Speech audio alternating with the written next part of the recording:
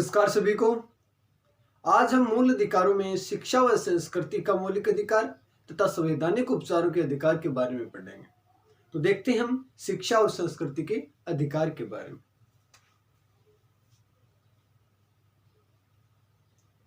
शिक्षा व संस्कृति का अधिकार।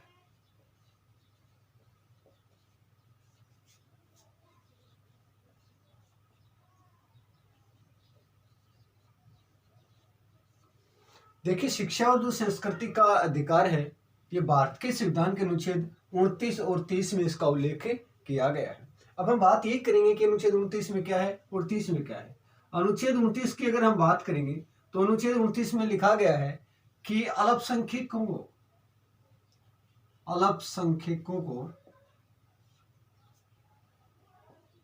अपनी भाषा, अपनी लिपि तथा संस्कृति को बनाए रखने का अधिकार है।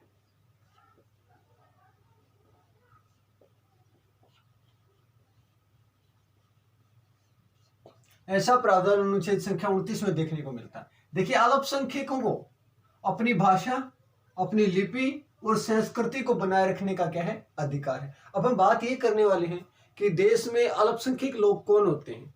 तो सर्वोच्च न्यायालय के अनुसार, किसके अनुसार? सर्वोच्च न्यायालय के अनुसार, तो जिनकी संख्या 50% से कम है उन्हें हम किसकी श्रेणी में रखेंगे? अल्पसंख्यक की श्रेणी में रखेंगे।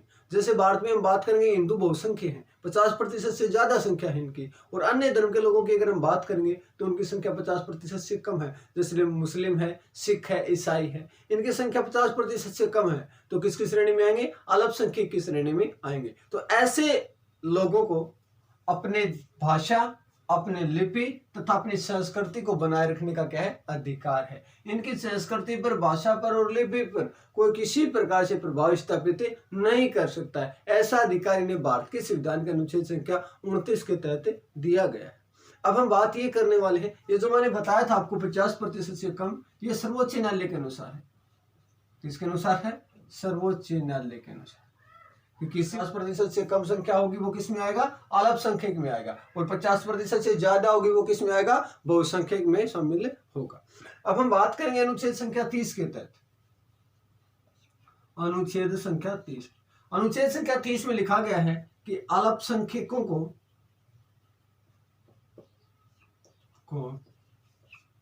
अपनी शैक्षणिक संस्था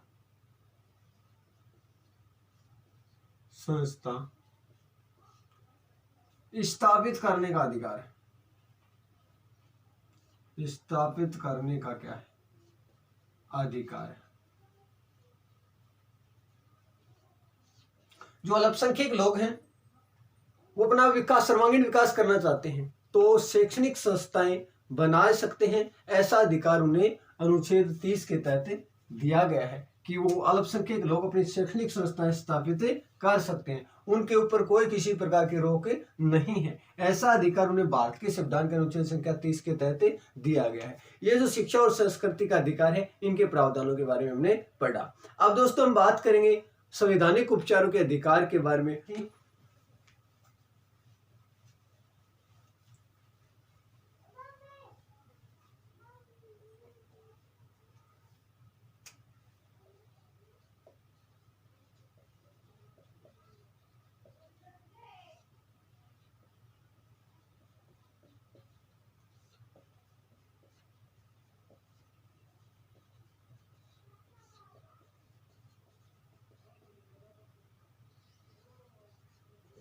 अब देखिए, संवैधानिक उपचारों के अधिकार की अगर हम बात करेंगे तो अनुच्छेद संख्या 32 से लगाकर 35 तक है।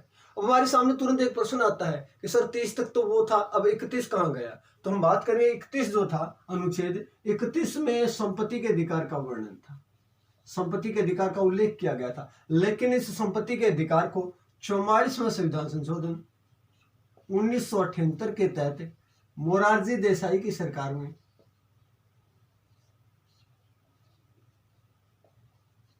हटा दिया गया और एक कानूनी अधिकार बना दिया। कानूनी अधिकार, और वर्तमान में इसका वर्णन अनुच्छेद 300 में देखने को मिलता है। आपको नोट करना इस बात को कि अनुच्छेद 31 में संपत्ति के अधिकार का वर्णन था। संपत्ति के अधिकार को हटाया गया। 44वां संविधान संशोधन 1978 के तहत बार बार कंपटीशन में पूछा जाता है कि कौन से संशोधन के तहत हटाया गया, किसकी सरकार में हुआ था, मोरारजी देसाई की सरकार में हुआ था, और कैसा अधिकार है वर्तमान में, कानूनी अधिकार है, और वर्णन कहाँ देखने को मिलता है, 300 में देखने को मिलता है। और उसके बाद हम बात करते हैं कि 32 से लगाकर 35 तक कौन सा आ गया, संवैधानिक उपचारों के अधिकार का हम वर्णन करते हैं। तो चलो हम बात करते हैं इसमें संवैधानिक उपचार के अधिकार में क्या प्रावधान किए गए हैं। तो देखिए,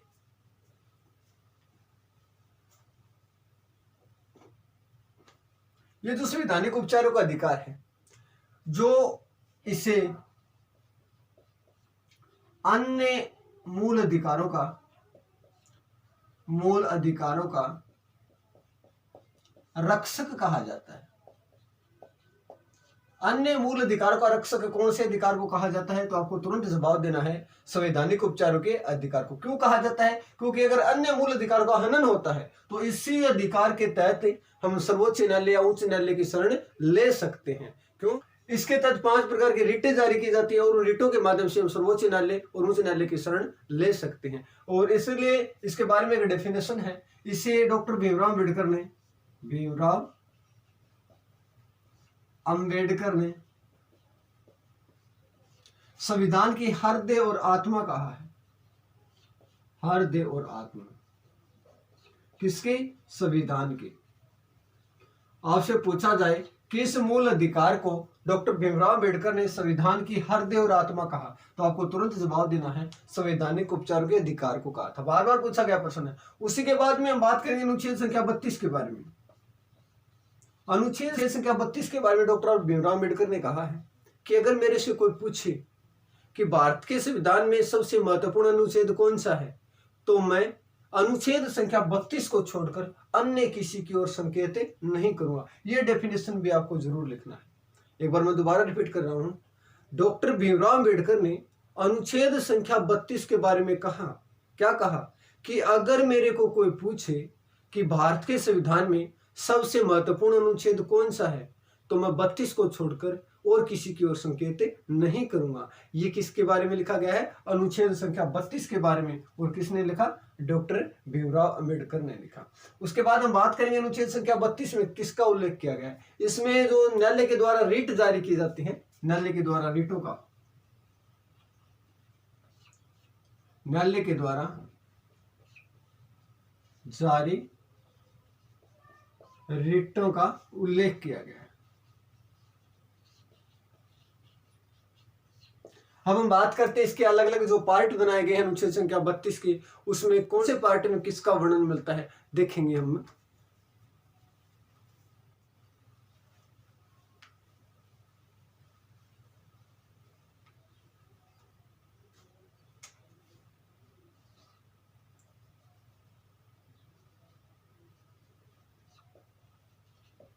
अनुच्छेद संख्या 32 फर्स्ट में लिखा गया है कि सर्वोच्च न्यायालय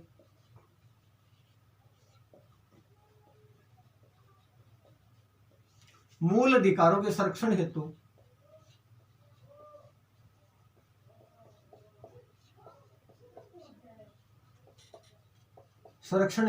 5 प्रकार के रिटें जारी करता है। कि मूल अधिकारों को अगर संरक्षण प्रदान करना है तो 5 प्रकार की रिटें जारी की जाएंगी, उनके आधार पर जो व्यक्ति है न्यायालय की शरण ले सकता है। तो सर्वोच्च न्यायालय कितने प्रकार के रिट जारी करता है, 5 प्रकार के रिट जारी करता है। और आपको याद रखना, बहुत अच्छा प्रश्न बता रहा हूं मैं आपको, सर्वोच्च न्यायालय तो 5 प्रकार के रिट जारी करता है, बल्कि उच्च न्यायालय 6 प्रकार के रिट जारी करता है।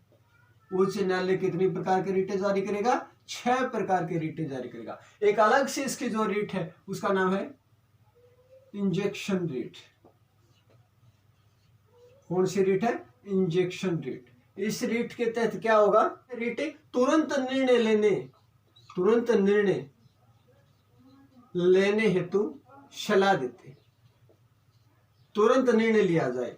कौन सी रीट के तहत? इंजेक्शन रीट। कौन जारी करेगा? उच्च न्यायालय। तो उच्च न्यायालय के पास कितने प्रकार की रीट होगी? 6 प्रकार की। और सर्वोच्च न्यायालय कितने प्रकार की रीट जारी करता है? 5 प्रकार की रीट जारी करता है। बहुत ही अच्छा प्रश्न है, पूछा गया प्रश्न है, इसको नोट जरूर करिए आप। अब हम बात करेंगे अनुच्छेद संख्या 32 सेकंड। 32 सेकंड में जो 5 प्रकार की रीटें जारी की जाती हैं उनका उल्लेख किया गया है।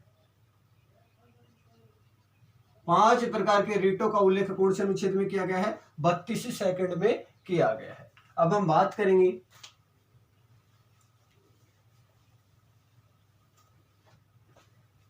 अनुच्छेद 32(3). इसमें लिखा गया है कि संसद सर्वोच्च न्यायालय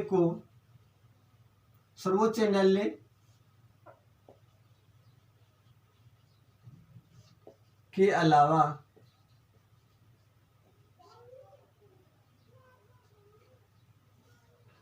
अन्य किसी न्यायालय को भी रीट जारी करने का अधिकार दे सकती है। देखिए, पावर संसद के पास है कि सर्वोच्च न्यायालय के अलावा अन्य जो न्यायालय है वो भी रीट जारी कर सकता है। ऐसा जो अधिकार दिया गया है वो किसके द्वारा दिया जाएगा? संसद के द्वारा दिया जाएगा। बात करेंगे संसद हमारी क्या है? सर्वोच्च है। तो संसद प्रत्येक पहलू पर, मूल अधिकार के प्रत्येक पहलू पर अपना नियंत्रण स्थापित करेगी। अब हम बात करेंगे अनुच्छेद संख्या 33 के बारे में। अनुच्छेद संख्या 33।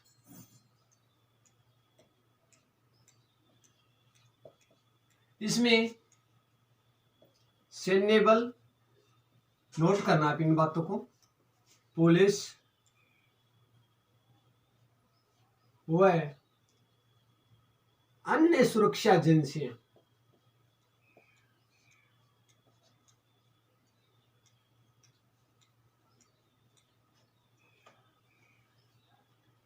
के अधिकारों में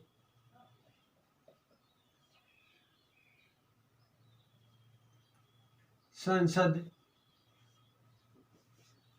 कानून बना के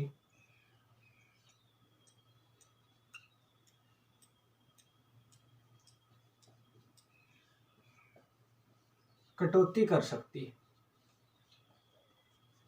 आप इस बात को नोट कीजिए कि जो सैन्य बल है, पुलिस है और अन्य सुरक्षा एजेंसियां हैं, उनको जो अधिकार दिए गए हैं, अलग से कुछ उनके पास अधिकार है, तो संसद उन अधिकारों को कानून बना के कम कर सकती है, अर्थात उन अधिकारों में कटौती कर सकती है। ऐसा जो प्रावधान किया गया है वो भारत के संविधान के अनुच्छेद संख्या 33 में देखने को मिलता है। उसके बाद हम बात करते हैं अनुच्छेद संख्या 34 के बारे में। अनुच्छेद संख्या 34, इसमें मार्शल लॉ, या इसे बोलते हैं सैन्य शासन।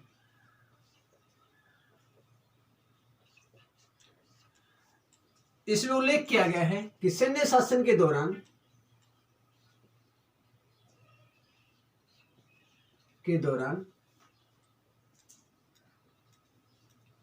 मूल अधिकारों में हुई क्षति की संसद कानून बना के क्षतिपूर्ति कर सकती है, क्षतिपूर्ति कर सकती है।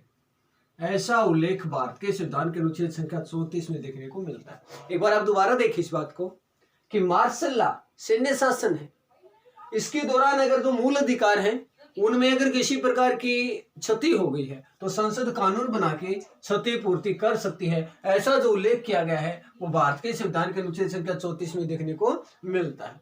अब हम बात करेंगे अनुच्छेद संख्या 35 के बारे में। अनुच्छेद संख्या 35।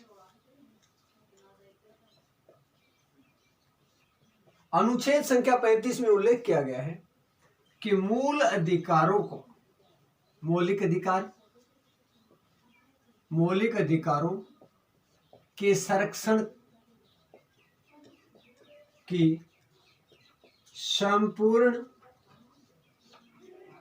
जिम्मेदारी संसद की है। सारा का सारा अधिकार किसके पास है?